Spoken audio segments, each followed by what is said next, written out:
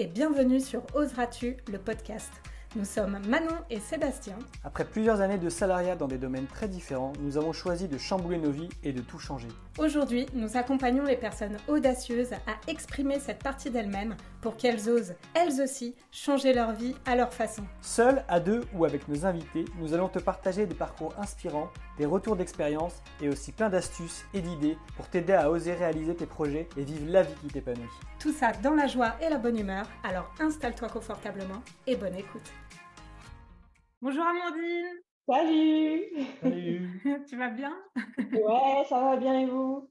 Super. Très bien, merci. On est super heureux de t'accueillir aujourd'hui sur notre chaîne parce que nous, on a à cœur de donner la parole à des personnes dont le parcours de vie et le style de vie nous inspire et t'en fais clairement partie. Merci beaucoup. Je t'en prie. Merci pour l'accueil, ça fait plaisir. Nous, on commence à bien te connaître parce qu'on fait partie d'un même groupe de coachs. Et puis, le moins qu'on puisse dire, c'est que du haut de tes 33 ans, tu as déjà un sacré parcours et tu as déjà eu une vie bien remplie. Et du coup, ça fait qu'on a plein de questions à te poser. Donc, pour celles et ceux qui te connaissent pas, toi, tu es coach en nutrition végétale et hygiène de vie. Et d'ailleurs, tu vas pouvoir nous transmettre quelques pépites sur le sujet. C'est ça, pourquoi pas. Mais avant ça, on aimerait bien revenir un petit peu sur ton parcours parce qu'on sait que tu n'as pas toujours été coach en nutrition. On sait aussi que tu as vécu en tant qu'expat à Londres et puis après, plus tard, à Valence en Espagne. Et du coup, tout ça, ça nous intéresse d'en reparler. Et puis aussi, ce que je n'ai pas dit, c'est que tu es plus connue sur les réseaux sociaux sous le nom de Dina, qui est en fait à l'origine un nom de scène. Donc Ouais, ça, c'est pareil. Si tu peux nous en parler un petit peu, ce sera top. Donc, si tu es d'accord, est-ce que tu veux bien nous raconter un petit peu du coup ta première vie professionnelle et puis comment tu en es arrivé à partir à Londres du coup en 2016, je crois. Ouais, c'est ça. Ok, fou, long story. C'est parti. Allez, alors déjà, on va commencer par le début. En fait, j'ai toujours voulu être prof, plus ou moins, toujours. C'est-à-dire qu'il y a un moment donné, en troisième, je me suis dit, voilà, c'est la fin du collège, on nous demande qu'est-ce que vous voulez faire plus tard, il faut y penser, parce qu'après, il y a le lycée ou autre. D'ailleurs, on n'est pas forcément obligé d'aller en lycée général. Hein. Et moi, à un moment, je me suis dit, je sais pas, j'étais très introvertie à l'école, mais voilà, les personnes qui me connaissaient, moi, j'aimais bien les écouter, j'aimais bien les aider. J'étais très... déjà dans le syndrome de la sauveuse à cette époque-là, alors j'étais toute petite, quoi. Et je me dis, tiens, je ferais bien psychologue. Puis après, je me suis dit, non, je crois que je vais pas pouvoir, je vais devenir folle à force d'entendre tous les traumas des uns et des autres. C'est compliqué à gérer. En plus, j'étais hyper sensible. Je suis toujours, mais voilà. Après, je me suis dit, bon, on va peut-être changer, on va faire autre chose. Pourquoi pas professeur de mathématiques. Et ça m'est venu vraiment en seconde. En seconde, j'ai pris la décision. Et puis après, c'est bon, quoi. J'ai trouvé le truc, je ne change plus. Et du coup, prof de maths, c'est parce que, bon, on sait que le passage collège-lycée, c'est toujours un petit peu délicat. Et notamment en mathématiques, voilà, j'avais des camarades qui avaient pas mal de difficultés. Et moi, c'était une matière que j'appréciais, que je trouvais pas si difficile que ça. Et en fait, c'est le fait d'être capable de pouvoir l'expliquer avec mes propres mots. Ça m'a plu, en fait. Et juste de voir, en fait, la lueur dans les yeux, les petites étoiles de ma camarade qui me disait « ça y est, j'ai compris, punaise, j'ai trop compris !» Et quand je voyais le bonheur sur son visage, je me dis « ok, je veux faire ça. » Ça a l'air d'être cool, en fait, faire ça, passer ses journées à allumer des petites lanternes, c'est cool, quoi. Donc, du coup, je me suis lancée là-dedans, quoi. Depuis ce jour-là, je n'ai pas changé d'avis, quoi, depuis mes 15-16 ans. Et puis, ça a été un peu tout tracé, voilà, jusqu'à la fac de maths, puis après préparation du CAPES, etc. Entrée dans le métier en 2013, voilà, au sein de l'Éducation nationale. Et puis, voilà, j'étais hyper contente. Entre-temps, bien sûr, j'avais fait des petits jobs. Hein, et des petits jobs, c'était soit de l'animation, parce que j'avais aussi passé mon BAFA. ou alors c'était… Donc, on reste un petit peu dans le domaine de l'éducation, le contact avec les autres. Et puis, bien sûr, je donnais des cours particuliers, comme beaucoup d'étudiants. Et voilà, ça a été ça pendant toutes mes études. Donc là, je réponds à la question de ce que je faisais avant, voilà, c'est ça, professeur de mathématiques, donc ok. Et je pense que c'est à ce moment qu'il faudrait que je parle, mais à quel moment j'ai décidé de partir, c'est ça? C'est ça. Comment t'en es arrivé à partir à Londres et du coup pour exercer ton métier de prof de maths, mais là-bas, quoi? Ouais. Alors, du coup, j'avais un petit regret, en fait, par rapport à mes études. Je m'étais toujours dit, parce que aussi j'étais une passionnée des langues. Alors déjà, il y a un truc qui ne va pas, c'est un peu bizarre. Nana, elle est scientifique, elle fait des études de maths, mais voilà, il y a cet appel vers les langues. Donc ça, j'aimais beaucoup, voilà, l'anglais, l'espagnol, que j'ai pris en LV2. Mais c'était surtout l'anglais, et j'ai eu la chance d'avoir des parents qui m'ont envoyé en séjour linguistique plusieurs fois pendant ma jeunesse. Et en fait, j'adorais en fait l'Angleterre. Donc j'ai été, je ne sais plus combien de fois, mais ouais, 3, 4 fois en Angleterre pendant ma jeunesse collège-lycée. Et je me suis dit, j'aimerais trop faire mes études là-bas, quoi. Ce serait super cool. Enfin, j'adore cette langue, c'est génial. Et du coup, effectivement, c'est un peu compliqué d'aller faire ces études là-bas, sachant qu'il fallait que je passe un concours national. Enfin, c'était pas adapté, quoi, les études que je voulais faire. Donc, je me suis dit, tiens, au bout je crois que c'était au bout de 3 ans d'enseignement en France, la 3e année, je me disais, bon, et si je regardais, je sais pas, les possibilités de bouger en tant que professeur, quoi. Parce qu'on sait qu'il y a énormément d'établissements français à l'étranger ou des établissements homologués par le ministère de l'Éducation nationale. Et donc, c'était vraiment par hasard. Par hasard, j'ai regardé sur Internet et, je sais pas, j'ai tapé quelque chose comme enseigner à l'étranger.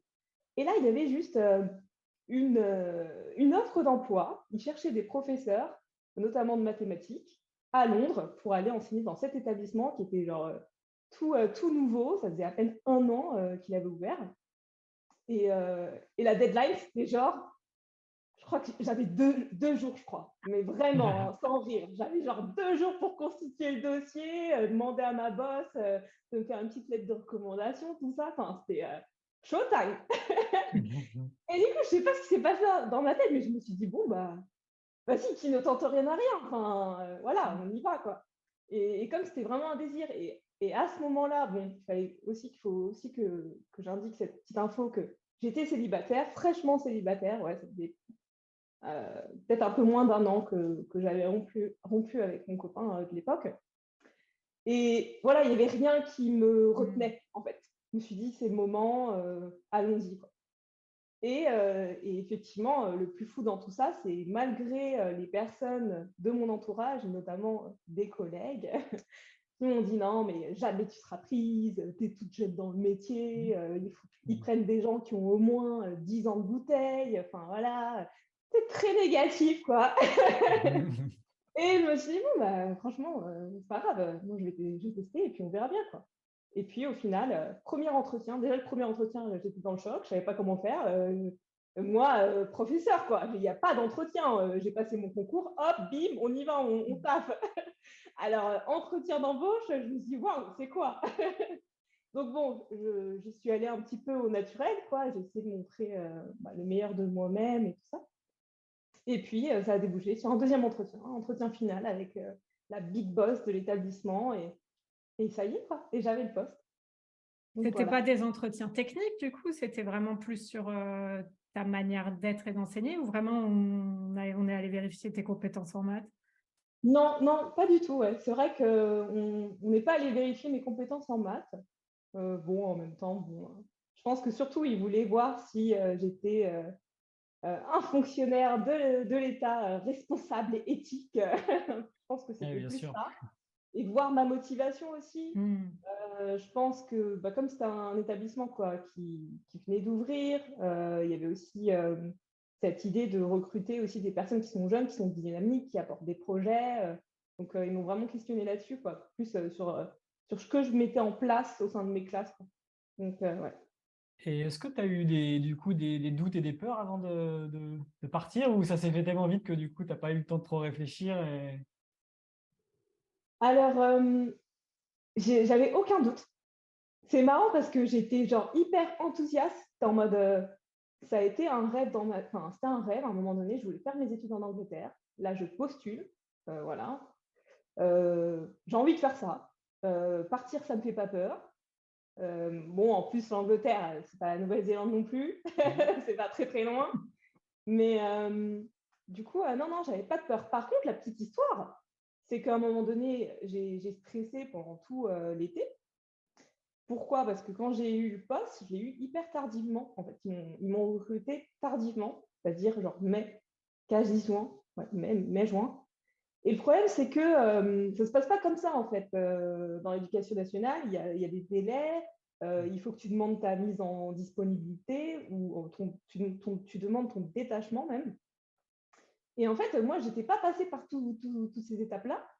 Et c'était un peu en mode, on me disait, bah non, tu ne peux pas partir, quoi. Et moi, je ne peux pas partir. Mais oui. Et j'étais en mode, mais non, mais genre, je vais me freiner pour une question de papier, d'administration, quoi. Mais les gars, écoutez, moi j'ai envie de vivre ma best life. Pas en Angleterre. Donc oui, j'ai eu ce souci-là, en fait. C'est allé loin. C'est allé même où... En fait, moi, je suis assez têtue. Et quand... et j'ai un vrai... Enfin, pour moi, quand il y a un truc qui me semble injuste, enfin non, voilà, c'est pas possible. Enfin, je ne vais pas accepter, quoi. Je vais me révolter. Et là, pour le coup, j'avais cette opportunité. C'est pas une opportunité en plus qu'on te donne comme ça tous les 4 matins. Donc ça, j'en étais consciente. Et je me suis dit, non, c'est mort. Je prends mes clics et mes claques. Je vais à Londres. Je suis allée chercher les apparts toute seule. Effectivement, je connaissais personne et tout. Enfin, c'est bizarre parce que j'ai fait les démarches en mode super zen, alors qu'à la base, mais à cette époque-là, j'étais encore une stressée de la vie. Mais c'est fou, hein, en fait, déjà, à quel point, quand on a des convictions, la limite, ça te donne des ailes, en fait, quoi. Et donc, voilà, ouais, c'était ça. Donc, je suis partie et tout, jusqu'au point où, arrivé à septembre, bah, j'avais mes nouveaux chefs qui m'ont dit, voilà, écoutez, Amandine, peut-être que vous devriez retourner dans votre ancien établissement, parce que sinon, ce sera abandon de poste. Voilà, je risquais des problèmes et moi, j'étais en mode non, bah non, je suis ici, c'est bon, j'ai pris un appart, je suis ici, enfin, j'ai pris une coloc, je ne vais pas faire machine arrière. Pour moi, c'était inconcevable, quoi. Et j'étais prête à accepter les risques. Et c'était quoi le risque? C'était bah, qu'on m'enlève en fait mon diplôme du CAPES, enfin, qu'on me détitularise en fait. Et ouais, j'ai pris le risque et heureusement, j'ai gardé quand même des bons liens avec mon ancienne chef d'établissement et qui a fait appel à l'inspectrice, il me semble, du secteur. Et un beau jour, elles m'ont dit, c'est bon, tout est réglé, vous avez obtenu une disponibilité, le recteur, il a bien voulu, nanani. Je crois que j'étais même allée jusqu'à envoyer ma lettre de démission pour pas être en mode abandon de poste. Donc, et ils m'ont dit, non, on a déchiré votre lettre et voilà. Soulagement. C'est une sacrée Ouais. histoire, hein, parce que c'est vrai qu'on se rend compte que malgré les bâtons dans les roues qu'on peut nous mettre, et notamment, comme tu disais, d'un point de vue administratif, quand on a l'envie qui est là, bon, bah, forcément, tu as pesé le pour et le contre, mais ça t'a pas arrêté pour autant. Et la solution est venue derrière. Donc, ouais, c'est chouette comme histoire. On ne savait pas, donc Ouais, merci de nous l'avoir ouais, raconté. Ouais. Et ce qui est marrant, en fait, c'est que je crois qu'il y avait très peu de personnes qui étaient dans la vie. Ah ouais, moi, j'aurais fait pareil. Non, non. Je crois que si ce n'est 100%, je vais peut-être pas dire 100% parce qu'on va dire que ça n'existe pas, mais genre 95% des personnes autour de moi, des collègues, m'aurait dit, mais moi, j'aurais jamais pris le risque, quoi. T'imagines, tant d'efforts pour avoir mon diplôme, mon CAPES, hein. Et voilà, donc comme quoi, Ah ouais, voilà, malgré... quand tu le sens, c'est différent parce qu'eux, ils sont d'un point de vue extérieur, donc forcément, ils voient que les risques et pas ce que tu peux y gagner toi. Donc, ouais. Ouais, c'est clair. Et du coup, comment tu as vécu cette expérience à l'étranger? Comment ça s'est passé, du coup, de travailler là-bas et tout? Si tu peux nous dire un petit peu comment tu l'as ressenti? Ouais, alors au début, c'était vraiment super cool. En plus, on a eu un petit peu un week-end d'intégration avant de prendre le poste. Donc, je sais pas, j'avais l'impression de vivre dans Disneyland. Voilà, vous savez, ce moment où les planètes sont alignées, vous êtes en mode ça y est, oh là là, c'est trop cool, nouvelle aventure. Voilà, j'étais un petit peu dans cette vibe-là. Et ouais, hyper enthousiaste. Après, je savais, j'avais une petite pression parce que je me suis dit, voilà, c'est quand même un établissement aussi prestigieux, c'est une école internationale. Euh, Petite histoire, je suis obligée de la raconter, ça quand même aussi. Petite histoire, j'arrive, je suis professeure principale, je crois, d'une classe de sixième peut-être, ou je ne sais plus exactement, mais en tout cas, parmi mes classes de sixième que j'avais des collégiens et des lycéens. En plus, c'était double cursus. Je venais d'un établissement, c'était un collège, et là, j'étais en mode, ah non, cette année, tu as des collégiens et des lycéens. Et puis, en plus, réunion parents-professeurs, je dois me présenter. Donc déjà, j'étais un peu en mode, je crois que j'avais le syndrome de l'imposteur, en mode la fille, voilà, je faisais partie des plus jeunes. C'était ma première expatriation, alors que j'avais d'autres collègues, ils avaient été en Chine, ils avaient été aux États-Unis, ils avaient été, enfin voilà, c'était fou. Et dans la salle, il y avait Jean-Jacques Goldman, quoi. Non mais pour de vrai, quoi. Genre, j'avais la fille de Jean-Jacques Goldman. Donc là, c'était Petite pression. voilà, c'est normal, tu vois, tu as un fond dans ta tête en mode quand la musique est bonne. Et ouais, donc c'était ça a amplifié le truc, quoi. Tu te dis, punaise, ouais, j'ai bien fait de quitter là où j'étais et de sortir de ma zone de confort. Et en fait, c'est de se dire que, punaise, mais il se passe des trucs que même pas, je n'aurais pas imaginé, quoi. Enfin, voilà. Après, évidemment, il y a une raison pour laquelle je suis partie aussi. Je suis restée quand même 4 ans à Londres. Alors, c'était cool, riche en expérience. J'ai appris à connaître pas mal de personnes. C'était vraiment chouette. En plus, Londres, c'est une ville cosmopolite. Donc, il y a tellement de choses à faire, à découvrir et tout. Mais j'ai découvert aussi la face cachée de l'établissement. C'est que c'est un établissement quand même hyper corporate, hyper en fait entreprise. Donc effectivement, quand c'est un établissement privé, ben, les fonds, enfin voilà, c'est pas les fonds de l'État. Donc effectivement, il y a un petit peu de pression aussi. Il faut faire bonne figure, il faut être là pour des journées portes ouvertes. Donc faut pas compter ses heures, quoi. On fait beaucoup limite du bénévolat. En dehors de nos cours qu'on doit faire, à un moment donné, on avait plein de réunions. On avait aussi une année, je me rappelle, on devait couvrir les postes des autres quand ils étaient malades. Donc moi, à un moment donné, j'ai fait cours de musique, quoi. Bon, alors, étrangement, ça ne m'a pas tellement dérangé parce que j'adore ça, mais au bout d'un moment, je veux dire, je ne suis pas formée non plus pour enseigner n'importe quelle matière, quoi. Et donc, je me suis dit tout de suite que c'est cool, mais au bout d'un moment, c'est trop prenant. J'avais l'impression que ma vie, c'était mon métier, quoi. Et c'est vraiment cette prise de conscience qui m'a fait dire que non, c'était chouette, j'ai vécu des belles choses, mais c'était dur aussi, il y avait beaucoup de travail et j'ai envie d'un équilibre. Ouais.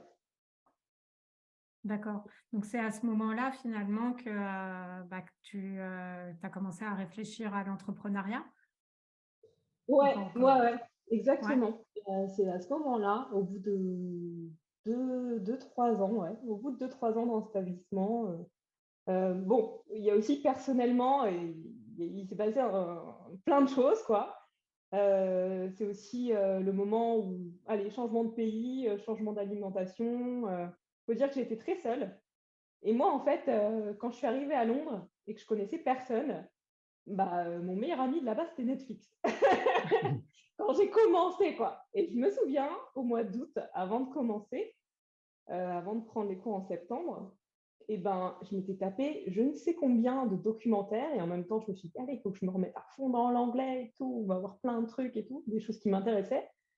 Et j'ai vu le documentaire Cowspiracy. Donc, du coup, si vous ne le connaissez pas, alors je ne vais pas spoiler tout le monde, ceux qui ne l'ont pas vu, mais c'est un documentaire qui est super intéressant et qui permet de prendre conscience de ce qui se passe derrière l'industrie agroalimentaire, quoi. Et à partir de là, j'ai pris la décision d'être végétarienne. Déjà, premier pas, végétarienne.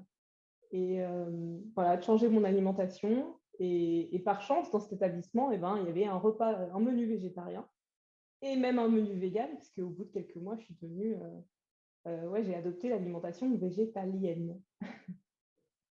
D'ailleurs, est-ce que tu pourrais nous expliquer pour ceux qui ne savent pas ce que c'est la différence entre vegan et végétalien, Ouais. si dans la vie?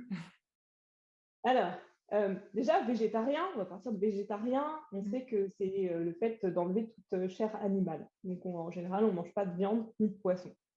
Ensuite, quand on passe le cap du végétalisme, et ben là, on enlève toute source d'origine animale. Donc là, on ne mange plus de lait, on mange plus de fromage, on enlève les œufs aussi, évidemment la viande et le poisson.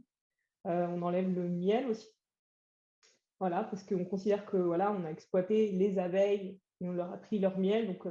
Donc voilà. Donc en général, végétalien, c'est ça. On enlève toutes ces choses-là. Et vegan, ça va même plus loin. C'est dans le sens où on va tenter de... Alors effectivement, on ne peut pas être vegan à 100%, hein, c'est compliqué de dire d'être dans du véganisme à 100%, mais c'est plus l'idée d'avoir un style de vie qui va faire en sorte on ne va pas contribuer justement à cette souffrance animale, quoi. On jette toute forme d'exploitation animale, c'est vraiment ça. Et donc, essayer d'opter pour des cosmétiques qui sont non testés sur les animaux, opter pour des vêtements qui ne sont pas issus des animaux.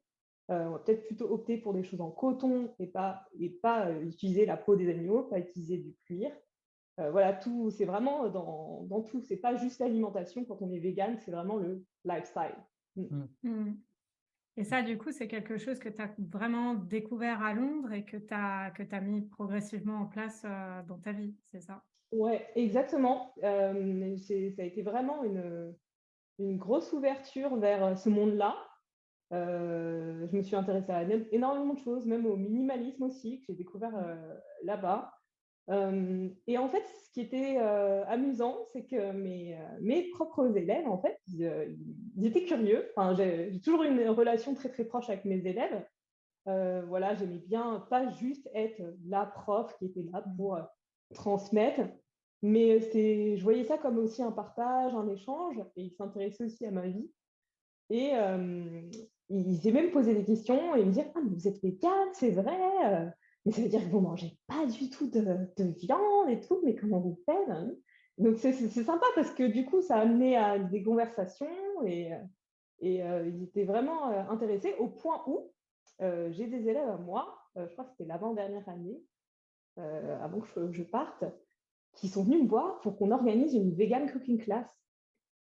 Et je me souviens que c'était des élèves qui étaient hyper investis. Je crois qu'ils avaient monté comme une petite, alors pas une association, mais un petit groupe très écolo. Et il faut savoir que dans le véganisme, il y a une dimension écologique, hein, pas seulement éthique. Et du coup, ils étaient super intéressés pour que moi, je puisse animer ce cours de cuisine vegan. Et voilà, donc c'est top. Et ça m'a amené à me questionner, à me dire, bon, peut-être que je devrais faire quelque chose de ça, en fait. Peut-être que je devrais aller plus loin au-delà de ma salle de classe et que j'ai un message à transmettre. Et je pense que ça pourrait aider d'autres personnes aussi dans leur démarche de vouloir avoir une vie plus saine, plus authentique. Et c'est là aussi, ouais, c'est vraiment là que je me suis posé la question Que ça a commencé à Oui. germer, ouais. Mais pourtant, du coup, c'est pas quelque chose que tu as mis en œuvre tout de suite. Si je reprends bien du coup dans ta vie, il y a déjà eu toute la période en Espagne où là, tu as commencé à entreprendre, mais en tant que professeur à distance, c'est ça? Ouais, c'est ça. Effectivement, quand je suis partie de Londres, en fait, je ne me voyais pas continuer parce que je me voyais trop en mode sacrifice, c'est-à-dire vraiment, j'étais vraiment dédiée à mon métier. Et au bout d'un moment, je me suis dit, bon, quand on passe la trentaine, on se dit, bon, je suis célibataire sans enfant. Il y a la maman qui est pas très loin qui dit, voilà, qu'est-ce que tu fais? Exactement. Quand est-ce que tu vas trouver quelqu'un? Bon. Et donc, effectivement, je me suis dit, bon, j'ai envie de changer d'air et voilà, revient un petit peu la passion pour les langues. Et en 2018, je me mets à apprendre l'espagnol en autodidacte. En tout cas, à réapprendre, parce que vous l'avez pris LV2 espagnol collège-lycée. Mais bon, quand on n'a pas fait ça pendant, je sais pas, à peu près 8 ans, on a un petit peu oublié, quoi. Comment tu as fait pour réapprendre? Alors, du coup, pour réapprendre, j'avais une application, sur les applications, il y a pas mal d'applications de langue qui existent sur le marché. Il y avait aussi le fait que j'étais dans une école, donc en contact avec des profs de langue, quoi. Et ce qui était super, c'est que comme c'est une école internationale, les profs d'espagnol, c'était vraiment des Espagnols. Les profs d'anglais, c'était des Anglais. Et oui, il y avait même aussi professeurs de mandarin qui venaient de Chine. Donc juste top. Et effectivement, j'ai commencé à squatter les cours de mes élèves. J'ai squatté quelques cours de mes élèves. Ils se sont dit, allez, j'ai demandé au professeur, bien sûr, ça ne te dérange pas si je participe et tout. Et voilà, j'ai commencé à reconnecter un petit peu comme ça. Et puis, mais ça a été aussi beaucoup en autodidacte, à la maison. Les séries Netflix sont toujours là pour nous accompagner avec les sous-titres en espagnol. Donc, j'ai été un petit peu la pro des séries mexicaines et espagnoles, incollables. Et puis YouTube, on se rend compte qu'aujourd'hui, on a un réel accès à l'information, mais c'est dingue, quoi. On peut apprendre limite ce qu'on veut, quoi. Après, effectivement, il faut avoir cette envie et cette détermination, cette discipline de faire ça régulièrement et tout. Et à ce moment-là, déjà, quand tu travailles ton espagnol, est-ce que tu as déjà un projet en tête ou c'est assez vague pour toi à ce moment-là? Quand est-ce que Valence est arrivé? C'est ça, ouais. Ouais, très, très bonne question. Alors, du coup, je n'avais pas spécialement un projet par rapport à ça, mais quoique, en fait, si. En fait, je me suis dit, tiens, après le pays anglophone, après l'Angleterre, j'aimerais bien aller dans un pays hispanique. Donc, du coup, je me suis dit, allez, pourquoi pas en Espagne. Mais en vérité, ce qui m'attirait le plus, c'était l'Amérique latine. Voilà. Bon, et je me suis dit, bon, ça serait bien quand même, je vais gagner des points si je parle déjà la langue et tout. Et ouais, c'était vraiment ce désir de changer totalement de monde. Et je pense qu'à cette époque-là, je souffrais un petit peu de solitude. Ok, j'ai appris à connaître quelques personnes, mais on ne va pas se mentir que la vibe d'Amérique latine, les gens de là-bas, c'est pas la même que la vibe londonienne, quoi. Même s'ils sont très cosmopolites et tout, il y a un côté assez guindé, assez retenu, un peu froid aussi parfois, où j'ai eu ce sentiment que c'était difficile de creuser. Donc, ouais, difficile de creuser avec les personnes et vraiment se lier d'amitié, quoi. Les amis les personnes que j'ai connues là-bas et qui sont devenues des amis, ça a été un collègue de mathématiques aussi. C'était des Français, ouais, en général, on sortait beaucoup entre Français aussi, un peu avec les Anglais, un petit peu avec le collègue d'espagnol, mais ouais. Il y a aussi, je ne sais pas si c'est la barrière aussi de la langue qui fait que parfois on n'a pas forcément toutes les mêmes références, on a du mal. Ouais, je ne sais pas. Mais bon, il faut dire que les latinos aussi sont quand même plus accueillants. Enfin, en tout cas, j'avais cette idée-là et à force de regarder des séries, des films et tout, je me suis dit, waouh, j'ai envie de vivre ça, j'ai trop envie de connaître ça, j'ai envie de ce changement-là. Et donc, en 2019-2020, donc c'est 2020, c'était l'année du Covid. Ouais, c'est ça. J'étais arrivée à un niveau tel que je correspondais avec des personnes un peu partout dans le monde. Donc il y a une application qui s'appelle Tandem où on peut se mettre à parler avec des personnes du monde entier Il suffit de dire quelle langue tu parles, quelle est ta langue, la langue que tu vises, sur laquelle tu as envie de t'améliorer. Et tu peux être connecté avec des personnes comme ça. Et moi, je passais mes journées, littéralement mes journées, à envoyer des vocaux à des gens d'Amérique latine ou d'Espagne. Et parmi ces personnes-là, eh ben, il y avait Jesus, un Argentin qui vivait à Valencia.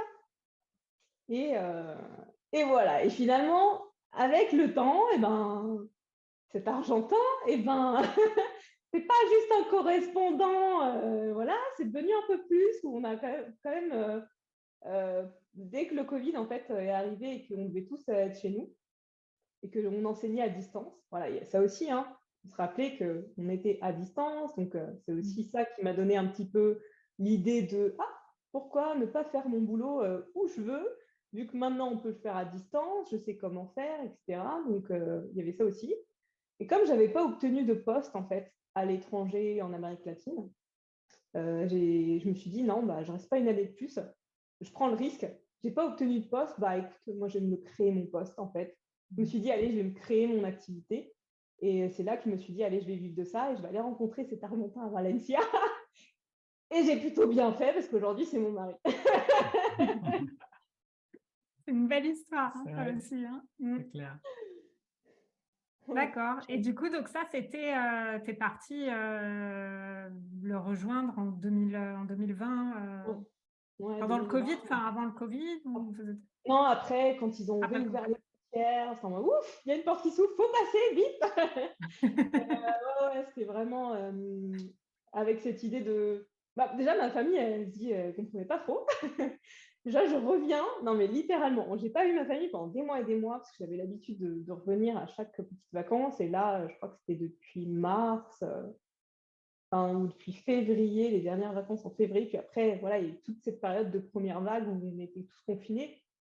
Et en fait, je suis revenue l'été. J'ai dit, OK, j'ai quitté mon boulot, voilà, etc. J'ai besoin de vacances.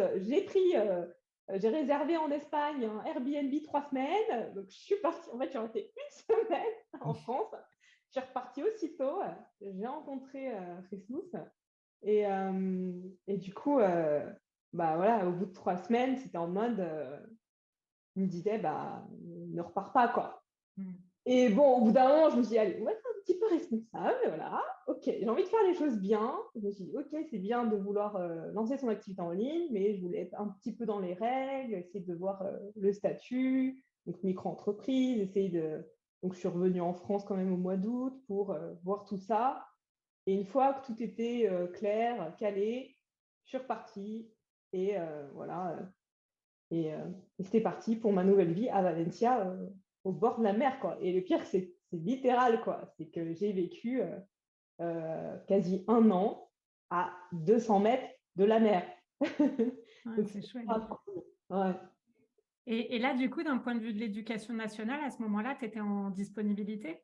Ouais, du coup, oui.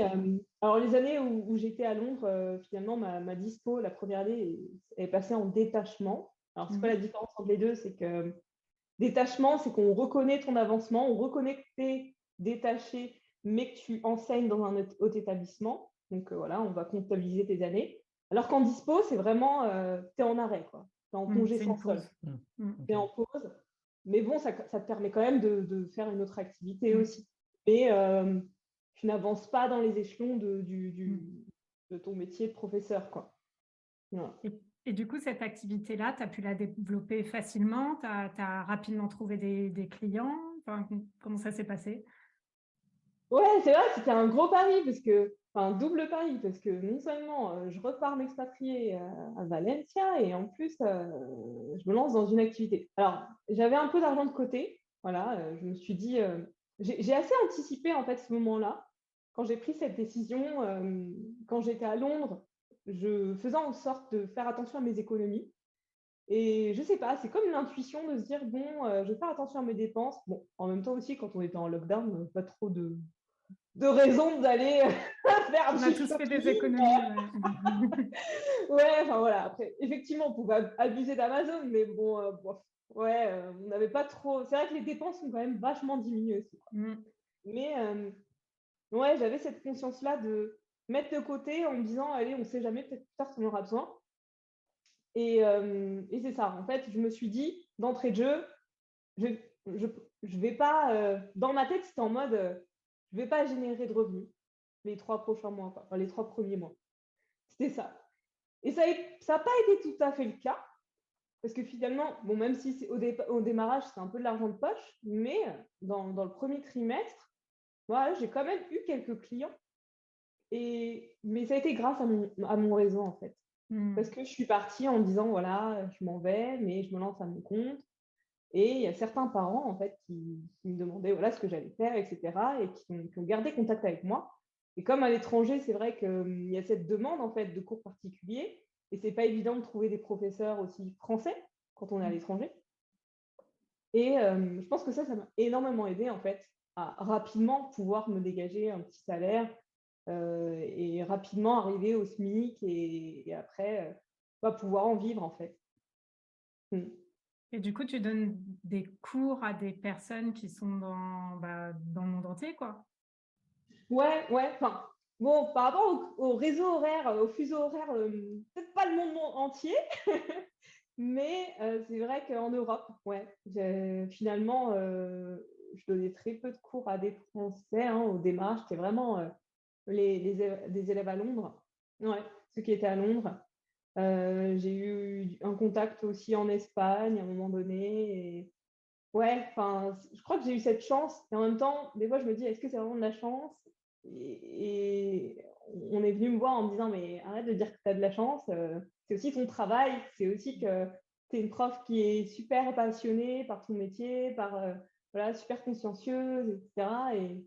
Et c'est vrai, j'ai toujours fait en sorte de donner le meilleur de moi-même. Et, ouais, et d'avoir cette proximité aussi avec les élèves et pas juste être la prof de maths qui enseigne les maths, mais j'aimais bien cette idée aussi de transmettre mon lifestyle et j'allais jusqu'à, je me rappelle que je faisais quasi tout moi-même, mes fiches d'exercice, etc., parce que c'était très axé sur la technologie à Londres et tous les élèves avaient des tablettes, etc., donc je créais mes propres fiches d'exercice. Et chaque fiche d'exercice, ça commençait avec une phrase de motivation ou une phrase un petit peu inspiration et tout quoi. Et genre, Cool. et je me souviens qu'il y a des élèves de première qui me disaient ah mais nous à chaque fois on se demande c'est quoi la phrase et tout qui va être là. Ils étaient trop à l'affût de ça quoi. Et je trouvais ça super chouette. Ouais, c'est clair. Et du coup, comme on disait tout à l'heure, tout ce que tu as découvert à Londres, tout ce mode de vie que tu as souhaité adopter, c'est quelque chose qui t'a jamais lâché. Et tu disais, j'ai envie de le transmettre d'une certaine manière. Et cette idée-là, elle a continué à germer pendant tout ton départ et tout ça à Valence. Et comment t'en es arrivé du coup à devenir aujourd'hui coach en nutrition végétale?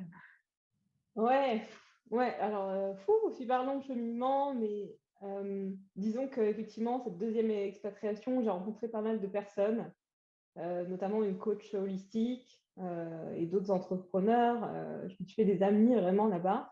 Euh, on est revenu en France, du coup, avec mon mari, plus pour lui, parce qu'il est cuisinier. Il est cuisinier, et donc il s'est dit, voilà, c'est un peu un rêve aussi de pouvoir travailler dans des restaurants en France, quoi, dans un bistrot parisien. Donc voilà. Et, en fait, alors, ouais, au bout de 2 ans à enseigner en ligne les mathématiques, et je n'ai pas fait que ça d'ailleurs, parce que la première année, c'était en mode, allez, j'accepte toutes les missions, j'y vais. J'ai besoin de pouvoir vivre ma vie. Donc, c'était en mode, ouais, j'ai donné des cours de maths au début à genre tous les niveaux, que ce soit même primaire, collège, lycée. J'ai donné des cours d'anglais. C'était limite, une maman me disait, je me demandais peut-être que vous pouvez faire des cours d'espagnol aussi. Bon, on ne suis pas allée jusque-là, mais ouais, j'étais en mode, allez, j'accepte toutes les missions et voilà. Et je crois qu'au bout de 2 ans, où bon, bien sûr, j'ai fini par affiner et vraiment me dédier à ce que je faisais à la base, être enseignante en collège-lycée. Et vraiment, mon pitch, c'était vraiment, voilà, je suis là en mode, je suis révélatrice de potentiel, je suis là pour aider les lycéens à reprendre confiance en eux, parce qu'il y a aussi une idée de reprendre confiance en soi. Souvent, il y a des barrières limitantes aussi à détruire, parce qu'il y a souvent ça qui empêche certains élèves à avoir de bons résultats, que ce soit en maths ou d'autres matières d'ailleurs. Et, et en fait, j'avais l'impression d'être trop enfermée en fait avec ce statut de professeur de maths, alors que j'avais envie de plus en fait, j'avais envie de transmettre plus. Et je crois aussi j'étais lassée de cet écho des élèves qui disaient mais ça, à quoi ça va me servir dans la vie quoi. Et au bout d'un moment, même si je sors mon beau discours de professeur, mais tu sais, tu apprends à avoir de la rigueur, tu apprends à avoir plus, comment dire, avoir une certaine réflexion, à développer une réflexion, à développer des stratégies pour résoudre des problèmes. Enfin, voilà, j'essaie de leur montrer que voilà, les maths, c'est pas juste la matière, le contenu en soi, c'est aussi tous les soft skills, toutes les compétences à côté qui sont utiles pour ta vie. Mais oui, je me raccrochais à ce discours, mais c'est vrai qu'au fond de moi, je me disais, punaise, mais il y a tellement de choses qui sont fondamentales. Et des fois, quand tu vois un élève, quand tu vois même des parents qui sont dans un gros stress, qui n'arrivent pas trop à gérer leurs émotions, où il y a un souci dans l'alimentation, quand tu vois des élèves comment on peut leur demander d'être là, d'être actifs, d'être performants, alors que il est en manque de sommeil, alors qu'il ne s'alimente pas bien. Et là, je me suis dit, mais ça, c'est la base, en fait. Et j'ai tellement envie de transmettre les clés du bien-être et de transmettre ça. Et voilà. Et je crois que c'est au bout de 2 ans de complet où je me suis dit, bon, j'ai envie d'aller vers autre chose. Et c'est là que je me suis dit, allez, je me lance. Donc, du coup, en octobre dernier, je me suis dit, allez, je me lance et je me fais accompagner dans ce changement de trajectoire. Et ouais, parce que vraiment, j'ai envie de transmettre autre chose. Ouais. C'est vachement intéressant ce que tu dis là sur vraiment tout l'aspect global dans l'enseignement. Moi, ça m'a parlé beaucoup parce que c'est vrai que pour les maths, alors j'étais pas mauvaise en maths, mais quand tu parlais des croyances, effectivement, moi j'ai toujours eu la croyance, par exemple, que j'étais nulle en calcul mental. Et ça me tient encore aujourd'hui. Et dès qu'on me demande de faire du calcul mental, je suis en panique dans mon cerveau, ça, voilà. Et je pense qu'effectivement, il y a une part aussi de croyances là-dedans et qui n'ont pas été travaillées finalement. Ouais, c'est Et clair. ça, c'est qu'un exemple, mais c'est vrai que c'est vachement intéressant tout ce que tu dis, cet aspect global, surtout dans cette période de la vie où il y a quand même beaucoup de choses à apprendre pour être. Pour prendre des décisions, déjà, si tu ne te sens pas bien dans ton corps, etc., ou dans ton esprit, c'est vrai que ça c'est pas toujours évident. Et l'alimentation, ça joue beaucoup. Le sommeil, l'alimentation, c'est, comme tu disais, c'est la base. Donc, c'est vrai que on s'en rend pas trop compte quand on est un peu jeune, tu vois, on fait Et n'importe quoi. Et c'est vrai c'est pas que, quelque chose qu'on nous apprend en oui, en plus. plus. Donc, c'est vrai que ça fait sens, du coup, ce que tu nous dis. Ouais. Ouais, c'est ça. Donc, et c'est vrai qu'on ne peut pas en vouloir à qui que ce soit, ni aux enfants, ni aux parents, qui eux-mêmes avaient des parents, mais qui, en fait, à aucun moment, on s'est enseigné ça, apprendre à prendre soin de soi, apprendre à bien dormir, apprendre à bien s'alimenter. Et c'est dommage, je pense que, ouais, je sais pas, il y aurait des choses à revoir. Et bon, c'est vrai que de façon générale, de toute façon, l'éducation, en tout cas française, faut... il faut on détruit, on reprend tout, je sais pas, mais il faudrait une refondation, quoi, je pense, de l'école, quoi. Et du coup, si on revient un petit peu du coup à ta nouvelle activité là que tu développes, elle est très liée finalement avec ton lifestyle que tu décrivais tout à l'heure. Donc, tu nous parlais un petit peu des différents piliers, l'alimentation, le sommeil. Est-ce que tu peux nous décrire un petit peu ces piliers finalement? Ouais, je pense que oui, il y a plusieurs piliers dans le bien-être, notamment effectivement l'alimentation, le sommeil, l'hydratation aussi, qu'on néglige beaucoup. l'activité physique et puis la gestion des émotions, qui est super, super importante. Et c'est vrai que tout au fil de ces années, depuis 2016 en fait, je crois que je me suis vraiment dirigée vers ça. D'abord de façon vraiment très personnelle, en mode envie de, je sais pas, d'être au top de ma forme, d'être bien. Et en même temps, voilà, comme j'étais dans un cadre où j'avais le sentiment qu'il fallait que je fasse mes preuves, j'avais une routine assez stricte et en même temps qui me préservait, quoi, qui me permettait de ne pas tomber en mode burn-out. Donc, parce que la première année, justement, à un moment, c'était burn-out, quoi. J'en pouvais plus, quoi. Et justement, je me suis dit qu'il fallait que je fasse quelque chose en prévention de ça, quoi. Et c'est vraiment là que j'ai commencé à me poser des questions et à me dire comment faire pour optimiser, pour faire attention à prendre soin de moi, parce que le travail, c'est pas tout. Et aussi, il y a autre chose que je voulais dire et je suis perdue dans mes pensées. Qu'est-ce que je voulais dire par rapport à ça? Ça va peut-être me revenir. Si tu as un problème, de toute façon, tu nous dis. Hein. Nous, ce qu'on se disait aussi, c'est quels sont les bienfaits que tu as repérés finalement Voilà, oui. Merci de me poser cette question. Ça y est, j'ai repris le fil. Oui, parce que ce qu'il fallait que je dise, c'était aussi que j'étais aussi motivée par autre chose. J'étais motivée par le fait que j'ai traîné une acné récalcitrante pendant des années, jusqu'à l'âge adulte. Et au bout d'un moment, j'en ai eu marre, en fait.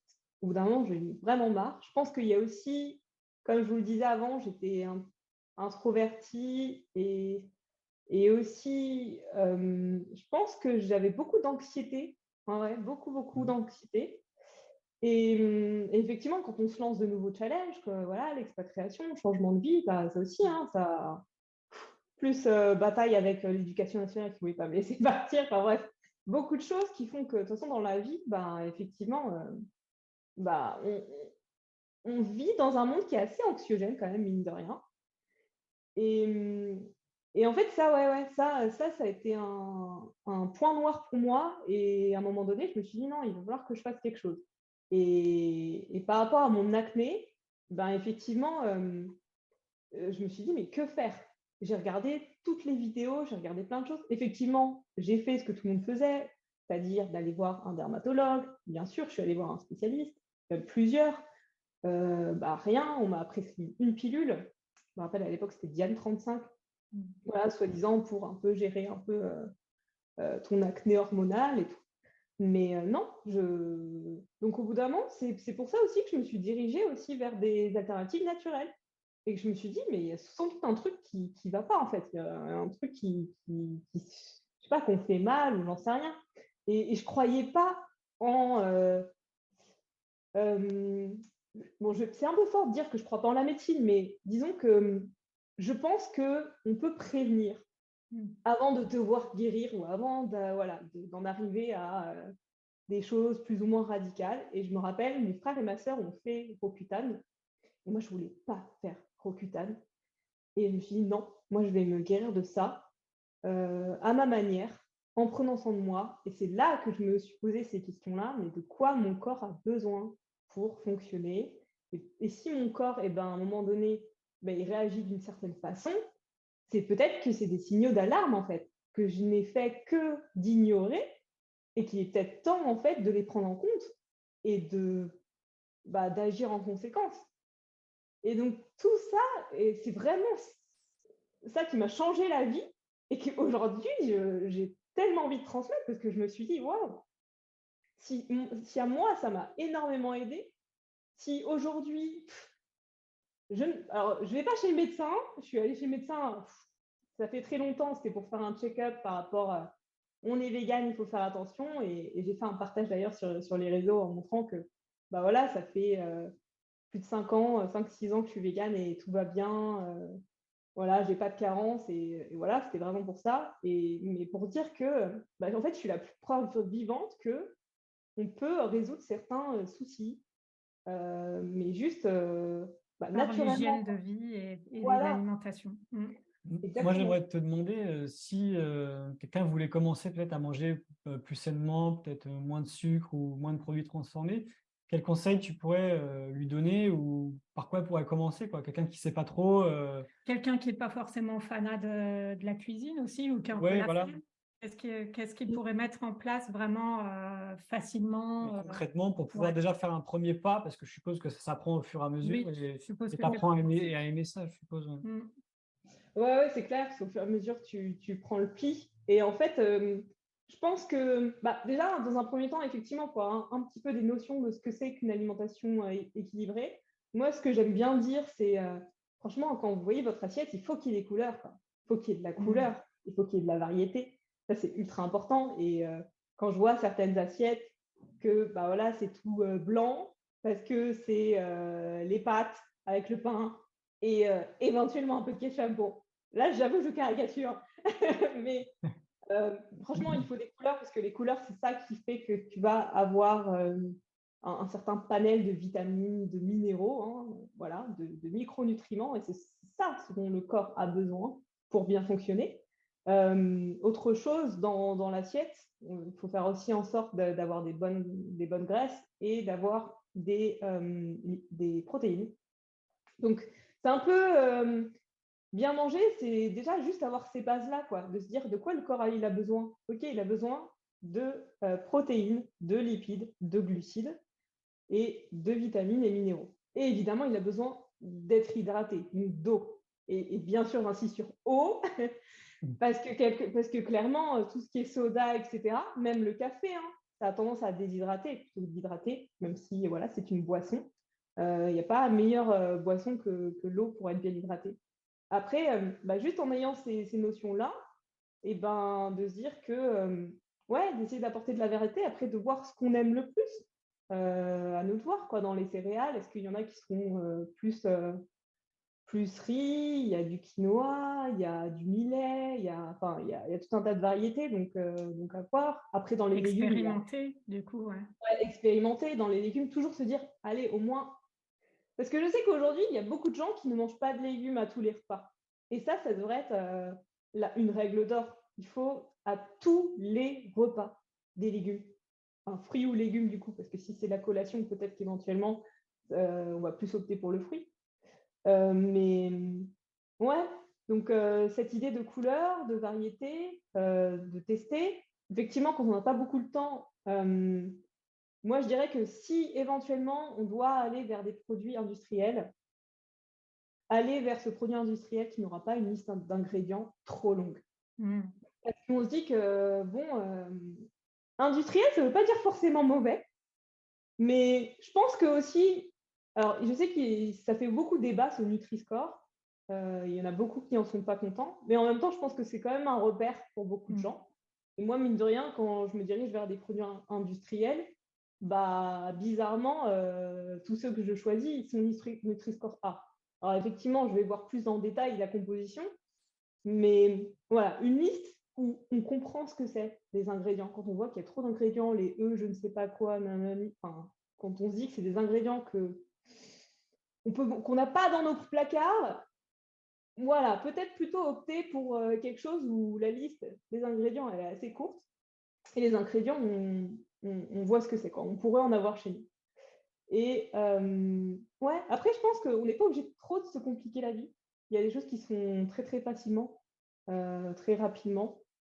Et ouais. Après, c'est difficile d'avoir une réponse super courte et concise parce que je pourrais faire un cours de nutrition et tout. Mais en tout cas, autre option, c'est évidemment se faire accompagner, quoi. Si vraiment on est perdu au possible, parce que je sais que c'est pas facile. Aujourd'hui, on a tellement d'informations qu'on ne sait pas où se tourner. Et notamment dans la nutrition, on a des informations contradictoires. C'est ça, justement, je voulais revenir là-dessus. Je sais que par exemple, on nous dit ça peut être bien de sauter le petit déjeuner pour faire un jeûne. Ou non, le petit déjeuner, c'est le repas le plus important de la journée. Et toi, du coup, tu te présentes comme une adepte de l'alimentation intuitive. Est-ce que ça ne fait pas partie justement de ça? Est-ce que tu pourrais nous en parler un petit peu? Ouais, moi je pense qu'il ne faut pas trop se fier à ah bah tiens, lui, il a dit ça, donc je vais faire ça tout le temps. En fait, moi, dans ma vie, j'ai adopté plusieurs modes de vie et je pense que c'est ça, en fait, où va l'erreur. Parce que des fois, on veut juste copier ce que fait l'autre, parce que l'autre a dit ce qui était bien ou l'autre était reconnu ou je ne sais quoi, c'est un nutritionniste ou que sais-je. Et par exemple, quand j'enseignais à Londres, par rapport à mon mode de vie, mon rythme de travail, bah voilà, j'allais dans un établissement pour travailler, je me levais à une telle heure, etc. Pour moi, c'était inconcevable de sauter le petit-déj. C'était genre pas possible. Donc oui, j'adhérais du coup à ce concept de le petit-déj, c'est le truc le plus important dans la journée. Enfin, c'est le repas le plus important. Mais sauf qu'aujourd'hui, eh ben, évidemment, ma vie, elle a complètement changé. Je suis à mon compte. J'ai le temps aussi pour cuisiner et puis même mes journées ne sont pas rythmées de la même façon. Aujourd'hui, je ne déjeune plus. Pourquoi? Parce qu'en fait, j'en ressens pas le besoin. Voilà, tout simplement. Donc, je suis vraiment plus à l'écoute de mon corps, de mes sensations. Et en fait, j'ai l'impression que c'est là où on tombe dans des pièges, dans des travers, c'est de se dire que parfois, j'ai l'impression qu'on mange même sans faim, quoi. On se dit, bah non, bah, c'est l'heure de manger. Je mange parce que c'est l'heure de manger. Et c'est là où ça va plus. Parce que du coup, quand on n'écoute plus son corps et ses sensations, bah, c'est là qu'on arrive à avoir des soucis, bah, des troubles digestifs ou ouais, ce genre de choses, quoi. Donc, c'est réécouter finalement aussi le sentiment de satiété. C'est manger peut-être aussi plus en conscience, parce que c'est vrai que, je sais pas, si on a l'habitude de manger devant la télé, parfois nous, ça nous arrive, on mange, on se rend pas compte de tout ce qu'on a mangé à la fin, parce qu'on était tellement à fond dans notre série. Enfin, voilà, c'est... C'est de manger moins vite aussi, peut-être. Ça peut Ouais, aider. alors effectivement, ouais, manger en pleine conscience. Après, là aussi, il y a un petit débat en mode il faudrait qu'on soit à table, qu'on se regarde dans le blanc des yeux, qu'il n'y ait pas de panique, qu'on juste écouter le son du craquement de l'aliment sous ses dents. C'est peut-être pas à ce point-là, alimentation en pleine conscience, mais parce que je pense qu'il y a des personnes qui arrivent à regarder quelque chose et manger et pas manger de trop. Ça peut arriver. Après, quand on n'a vraiment pas conscience et quand on en est à un niveau, on va dire, un niveau débutant, peut-être que effectivement le mieux, c'est au moins de se couper la distraction de la télé et voilà, d'avoir une conversation avec la personne avec qui on mange ou si on est seul. Bah, et éventuellement, si on n'aime pas manger dans le silence, peut-être dans ce cas-là, mettre la radio ou mettre de la musique. Mais ouais, mais moi, je suis tombée là-dedans aussi. Hein. Enfin, et je ne suis pas parfaite. Et je pense que de toute façon, le but, c'est de ne pas non plus avoir des habitudes parfaites.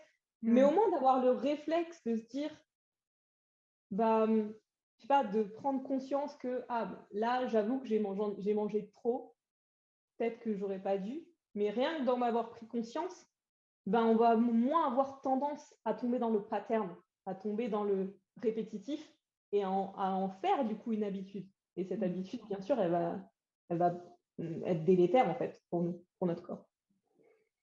Toi, du coup, tu partages sur les réseaux beaucoup de tes plats. D'ailleurs, c'est super beau, nous, ça nous donne toujours envie. Rien que pour ça, là, franchement, j'encourage vraiment les personnes à aller dessus parce que c'est des assiettes colorées et qui donnent envie. Mais du coup, en plus de ça, tu proposes des accompagnements pour aider les personnes justement à pouvoir adopter une alimentation plus saine et du coup plus personnalisée en fonction des besoins. Comme tu disais tout à l'heure, c'est pas parce qu'on entend ceci que c'est bon pour nous, etc. Est-ce que tu peux nous dire un petit peu comment tu accompagnes les personnes, ce que tu fais Ouais. pour qu'on sache un peu Alors, plus. oui, déjà, pour rentrer dans mon univers et un peu apprendre à me connaître, effectivement, je partage pas mal sur les réseaux sociaux et je suis sur TikTok, YouTube et Instagram aujourd'hui. Mais c'est vrai que je On partage partagera tes liens d'ailleurs. Ouais. Merci. Je partage beaucoup plus sur Instagram. Et sur Instagram, j'ai pris un peu cette habitude de partager mes déjeuners. Donc, alors, ce n'est pas une façon de dire, voilà, faites exactement comme moi, mais c'est plus dans l'idée de donner des idées. Et vraiment, je le partage en mode, voilà, regardez un petit peu la composition de mon assiette. Peut-être que ça va vous donner envie, peut-être que vous allez ça va vous inspirer. Et l'idée, c'est vraiment de montrer ça et de dire, voilà, c'est pas très difficile. Moi, à la maison, j'ai pas non plus trop de matériel. J'ai un cuiseur à riz et là-dedans, oui, je fais cuire mon riz, mais aussi je fais cuire mon quinoa là-dedans. Effectivement, j'ai un blender. Pour moi, il y a des incontournables. Donc, il y a le blender aussi. Et voilà, les plaques et tout. Mais en fait, c'est vraiment... ouais, j'essaie de partager un peu mon lifestyle, mais plus dans l'alimentation, c'est vrai. Peut-être que je partagerai un petit peu plus prochainement, mais en tout cas dans les reels aussi que je partage, je parle aussi du sommeil, je parle aussi de l'hydratation. Et dans ce que je communique, c'est vraiment pas en mode voilà, il faut faire ça, faites comme ça. Parce que même moi, en fait, j'apprends et même moi, ça me pousse à, comment dire, me rediriger en fait. Parce que je case pas toutes les cases partout. Hein. On a toutes et tous bah voilà, des vies très riches, des projets, le travail, la vie personnelle. Donc c'est pas aussi simple que ça de composer et d'avoir une hygiène de vie parfaite. Mais l'idée, c'est pas forcément de tendre vers la perfection, mais de tendre vers une amélioration. Et du coup, j'invite les personnes qui sont intéressées à, voilà, à changer vraiment de paradigme et d'avoir une vie plus saine, plus sereine et authentique. Je les invite à prendre un appel avec moi. Et c'est via cet appel-là qu'on pourra en fait faire un état des lieux, voilà, voir ce qu'il en est. Parce que les personnes que j'accompagne, bah, ça peut être vraiment des personnes qui ont des besoins totalement différents. Et autant j'ai eu un appel avec une personne qui elle, n'avait aucune idée de comment avoir une alimentation équilibrée. Et autant j'ai eu un appel avec une autre personne qui, bah, elle, son problème, c'était plus la gestion des émotions, quoi. Et comment mettre en place certaines choses pour gérer ça, pour en avoir plus conscience et arrêter de manger, en fait, ses émotions. Donc voilà, moi, mon idée, c'est de proposer ensuite un accompagnement qui soit vraiment personnalisé selon le besoin de la personne et qui dure en fait 3 mois. Donc voilà. D'accord. En tout cas, c'est vrai que ça donne envie, même pour moi. Hein. Quand j'entends ça, ouais, bah, en plus, surtout, c'est vrai que tout ce que tu partages, et notamment en story tous les jours avec tes déjeuners et tout, mais vraiment, je trouve que ça fait pas du tout une impression de ah bah moi je fais ça bien, quoi. C'est pas ça qu'on ressent, c'est plutôt vraiment c'est inspirant et on voit comment même au travers une alimentation du coup végétale, ça peut être copieux, ça peut donner envie et ça je trouve que c'est vraiment chouette parce que nous on est concernés, on se sent vraiment concernés par toutes les problématiques même environnementales. On sait aussi ce que coûte à la planète la production de céréales et tout ça pour nourrir les animaux, tout simplement. Donc comme on se sent concerné, on a envie de se tourner vers une alimentation plus végétale et je trouve que c'est quelque part, c'est des convictions que tu partages, mais avec qui donnent envie, donc presque sans concession. Quand on voit ça, on se dit, waouh, miam, on va se régaler, quoi. Oui, c'est vrai, c'est bien que tu dises sans concession, parce qu'effectivement, le monde du véganisme souffre de beaucoup de préjugés, de mauvais préjugés, et encore plus le fait que moi j'ajoute le sans sucre ajouté. Donc ça veut dire, non mais elle déjà, elle mange que des végétaux et en plus elle enlève le sucre. Sa vie, elle doit être fun. Non, mais en vrai, et justement, par contre, ça, effectivement, je pense que ça transparaît, c'est que je veux montrer que moi je suis trop gourmande, quoi. Effectivement, je suis la bonne Française qui pense que bah, l'alimentation, le bien manger, voilà, c'est important, c'est fondamental même, et qu'en fait, on peut être gourmand, mais on peut décider d'opter pour une alimentation peut-être un peu plus éthique, un peu plus consciente. Et, et surtout, bah, cette histoire du sucre, ben, effectivement, c'est de se dire aussi, bah, à la base, on s'alimente pourquoi aussi, quoi. On s'alimente pourquoi? C'est donner du carburant et le bon carburant à notre corps, à notre organisme.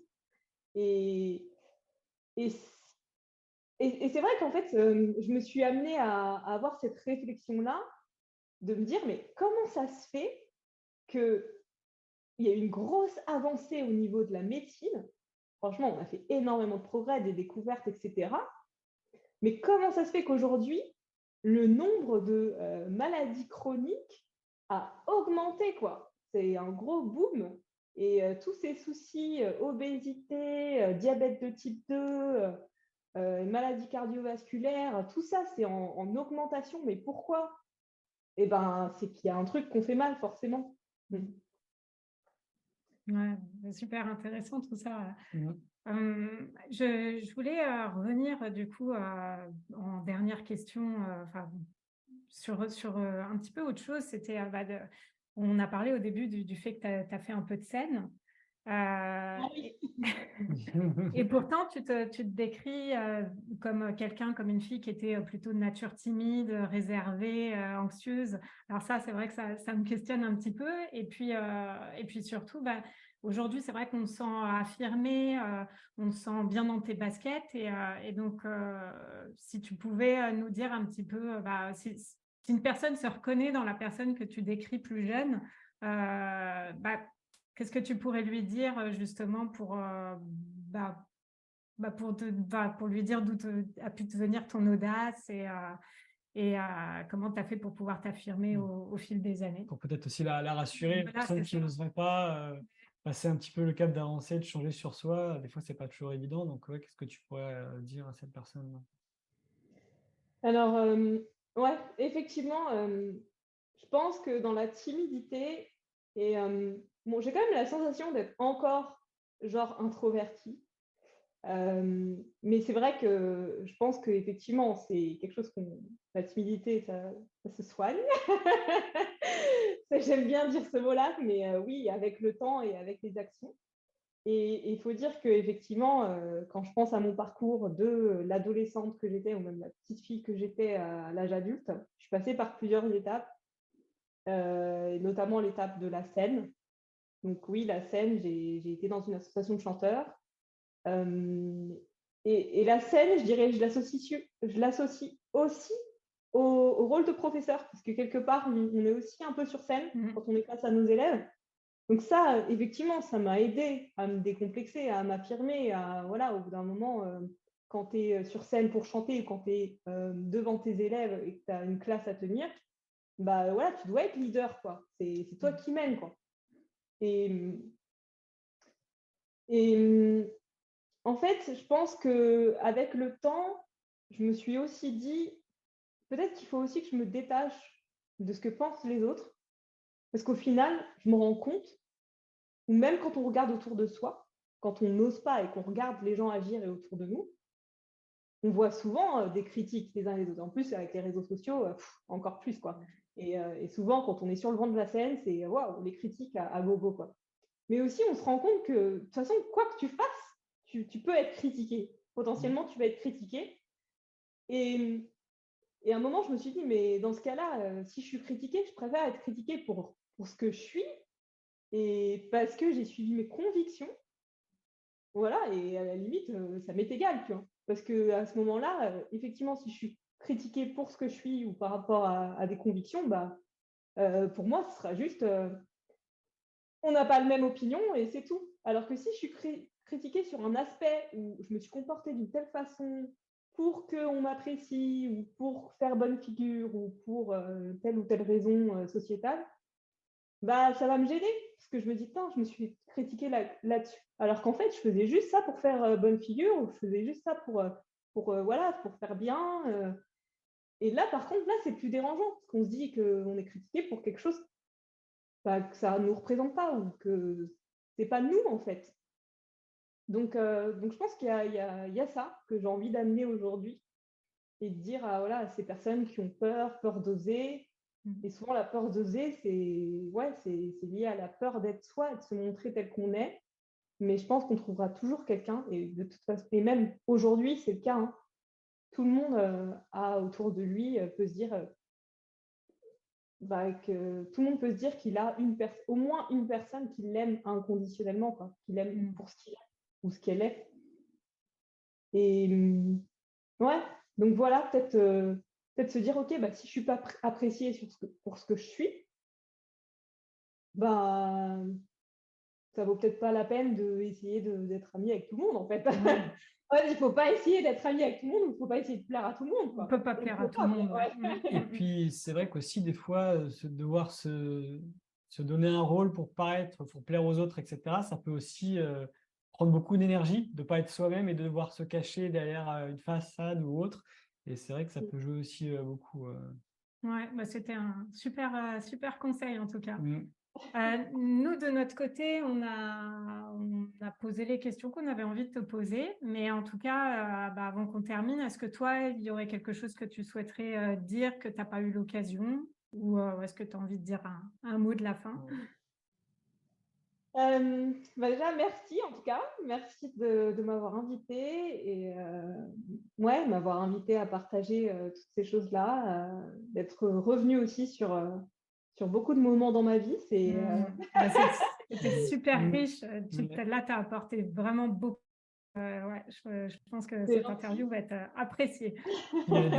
On sent ton énergie aussi, Ouais. donc c'est vrai que ça peut être transmis. Ça. Ouais, en tout cas, ouais, vraiment, je l'espère. Bah, déjà, j'étais contente de pouvoir faire cette interview avec vous deux. Hein, je vous apprécie beaucoup. Et, C'est réciproque. Merci. Et puis, effectivement, oui, ce que je voudrais partager, c'est vraiment cette idée de voilà, n'ayez pas peur d'être qui vous êtes et sachez aussi que rien n'est figé dans le temps. Parfois, on peut avoir des envies à tel moment et puis 2, 3, 4 ans plus tard, et ben, on se rend compte qu'on n'a plus les mêmes envies. En fait, faut pas avoir peur d'être dans le mouvement parce que ça, c'est vraiment un truc qui est... Enfin, voilà, les choses changent, le monde bouge. Et donc, je pense que plus on s'adapte à ça, plus on a en conscience ça, que voilà, la vie est faite de changements. Et moins ce sera difficile. Parce que souvent, j'ai l'impression que les personnes ont du mal à lâcher prise. Et soyez curieux, en fait. Parce que ça aussi, j'ai envie de dire, soyez curieux. N'ayez pas peur d'aller confronter, en fait, vos croyances profondes, quoi. Et moi, je suis allée confronter tas de croyances profondes. Hein, ça, c'est clair et net. Et on en apprend tous les jours. Donc, voilà, il faut juste se laisser surprendre. Faut être un sceptique intelligent. Ça vient pas de moi, je crois que j'ai entendu quelque part, mais c'est vraiment cette idée de, OK, je suis pas trop convaincue, mais allez, je vais tester par moi-même. Oui, on a tous tendance à aller chercher les avis des uns et des autres, parce que ça nous, comment dire, ça nous rassure, mais au final, le plus important, c'est ton avis à toi. Merci pour ton partage. Et puis, c'est vrai que quand tu parles de curiosité, moi, ça me fait penser aussi au fait de prendre du recul à sa situation. C'est pas toujours évident, mais quand on y arrive, on peut se rendre compte de certaines choses. Et ça me fait penser, par exemple, à quelqu'un qui se retrouvait devant un mur et qui dit « Oh là là, il faudrait que je grimpe le mur ». Et juste en faisant quelques pas en arrière, il se rend compte qu'il y a un chemin juste à côté qui permet de le contourner.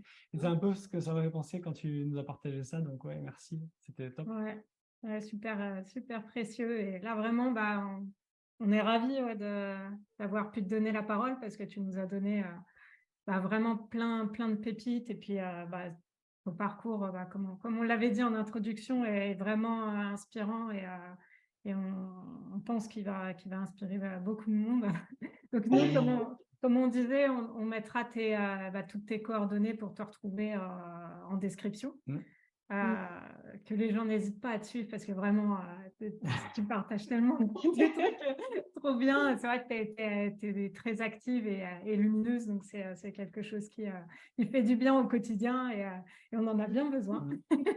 Merci beaucoup. Et merci d'avoir accepté notre invitation. Et vas-y, excuse-moi. Non, avec plaisir. Et puis du coup, pour ceux qui nous ont écoutés jusqu'ici et ceux qui nous ont écoutés, merci beaucoup déjà. Merci. On espère que ça vous a plu. Et puis, n'hésitez pas du coup à vous abonner parce que on continue les interviews. C'est un format qui nous plaît. Donc, on suivra avec une prochaine interview très bientôt. Voilà. Encore merci Amandine. Merci et puis, à toi, Amandine. à très vite. Ciao. Salut. Ciao.